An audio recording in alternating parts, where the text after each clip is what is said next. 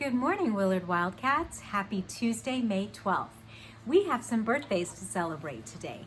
Happy birthday to Allison L., Tatiana L., and Noemi H. We hope you have a happy birthday today on Tuesday, May 12th. Today I want to read a fun book to you that is about perspective. So this book is by Madeleine L'Engle, and it's called The Other Dog. It's illustrated by Christine Davernier.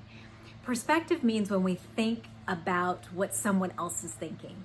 So I want you to think about that as we listen to this book today, The Other Dog. So already, who do you think is talking in this picture? We'll see. The Other Dog.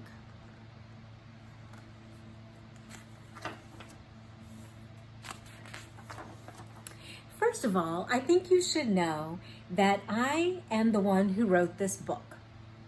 After all, contrary to opinion, the author of a book is very important. Please believe me, without the author, a book would never get written. So I, Touche L'Engle Franklin,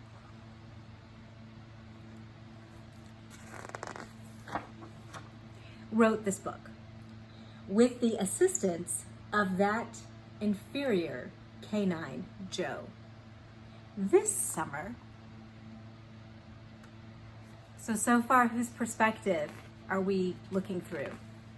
The dog so far. My mistress went away for several days, and when she came back, she brought with her another dog. What is that other dog? Yeah, it's a baby. If you ask me, this was a great waste of money. Dogs are expensive to feed and clothe, and one dog is enough for any family. I failed to see why I did not satisfy all requirements. How do you think the dog is feeling? Maybe a little left out? Seems like it, doesn't it? I have beauty, wit, and charm. I have been on the stage. I'm very talented. And until this other dog was brought into our home without warning, my master and mistress seemed perfectly happy with me.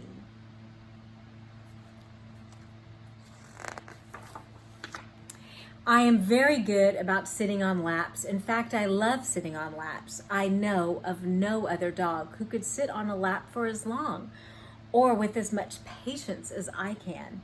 So why another dog?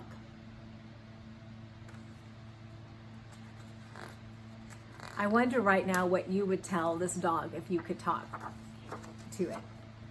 I dance oh so daintily when it is time to eat. My master and mistress love to look at me, so why another dog? I've noticed we read a lot of books about dancing animals. Have you noticed that? I afford my master endless pleasure in his off hours when he bathes and clips me. I can wear my ears long or short. I sit for hours while he snips off hair here and there. No other dog would be so good and patient. I am tremendously useful in such household tasks as bringing home the groceries, and I always tell my master and mistress when the telephone or the doorbell rings. No one could ever be more efficient, more energetic, more conscientious, or louder about this than I am. So why another dog?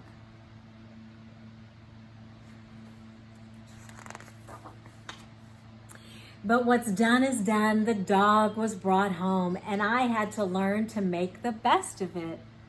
Aww. Seems like they might be friends, huh? Nevertheless, from the start, I noticed a great many mysterious and horrifying things. For instance, when I am taken out to get some fresh air, I always have to walk, even when it rains. The Joe is taken out in a carriage, and when it rains, she doesn't have to go out at all.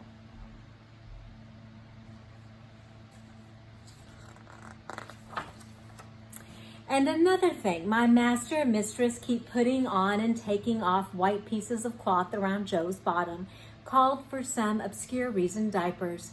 At first, I did not understand the significance of this, but when I did, I was deeply shocked.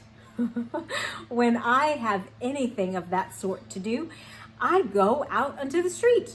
White clothes or no, I would never do that in the house. Do you see about perspective and thinking about what the dog is thinking versus about what's really happening? It's kind of interesting. It would be a good thing to talk about tonight in your space, maybe while you're eating. At least one thing remained clear. Of the two dogs, I was the most important. You see, each night we would start out in our separate beds, this dog called Joe and I. Now, her bed may be a little more fancy and frou-frou, but mine is more practical. In the morning, she would still be in her bed, but I would not be in my bed. Well, if that doesn't show you who's who around here, I don't know what would. Where is the dog? In bed with the parents. And another thing, this Joe dog gets fed several times a day. I only get fed once. Of course, there may be a reason for this. You see, I have frequently been told that my tail is like a little chrysanthemum. Joe thing hasn't any tail at all. Of course, I am aware that because of the dictates of fashion, some dogs have had their tails clipped. But there is always something left, and Joe has no tail. Perhaps they think that if they feed her, she will grow a beautiful chrysanthemum tail like mine. Aww. And by the way, our Joe, as well as having no tail, has practically no hair, certainly not enough to brush. So when people come to call, we have to put clothes on her. All I need is a good hair brushing. If summer comes, can fall be far behind? So said the poet, came autumn, and Joe girl and I are almost the same size. She has a little more hair, but not much. I am afraid she is just of an inferior breed called baby. And there is nothing that can be done about it. Joe seems like a typical baby to me. Does Joe seem like this is kind of what usually happens with a baby? I think so.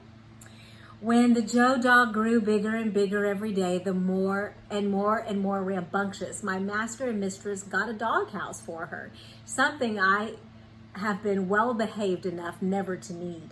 And now when company comes, I have to stay at the doghouse and watch over our Joe. I guess I've become more used there than as the life of the party. Ho hum. It may be useful, but it's not nearly as much fun. But since we have Joe dog, someone has to take care of her, and I will do my part. What are they talking about? What is she talking about with Joe dog? Yeah, it's a playpen.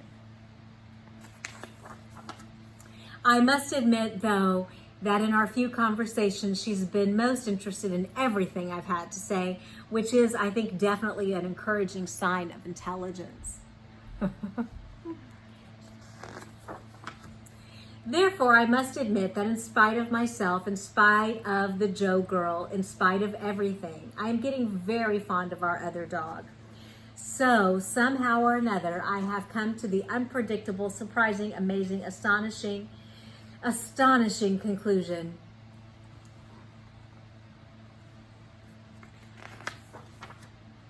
In every home, there should be at least 2 dogs. Do you think that perspective shifted in that book? It's kind of interesting to think about, and how we can think about things in one way, or characters can think about things in one way in a book, and then they change completely. I wonder if there's something in your life that you've ever changed your opinion about, and that you can think about how your perspective was different as a way to apply it to yourself. Wildcats, remember this May, we are celebrating the whole child, which means the entire IB Learner profile, all of the profile characteristics and the attitudes. So think about something tomorrow, today, yesterday that you want to try and that you want to use, an area maybe you want to grow. So maybe if you're thinking you want to be a thinker more, or you want to be a communicator more, take one of those things into consideration and try to practice. Have a wonderful Tuesday, and I'll see you tomorrow on Wednesday.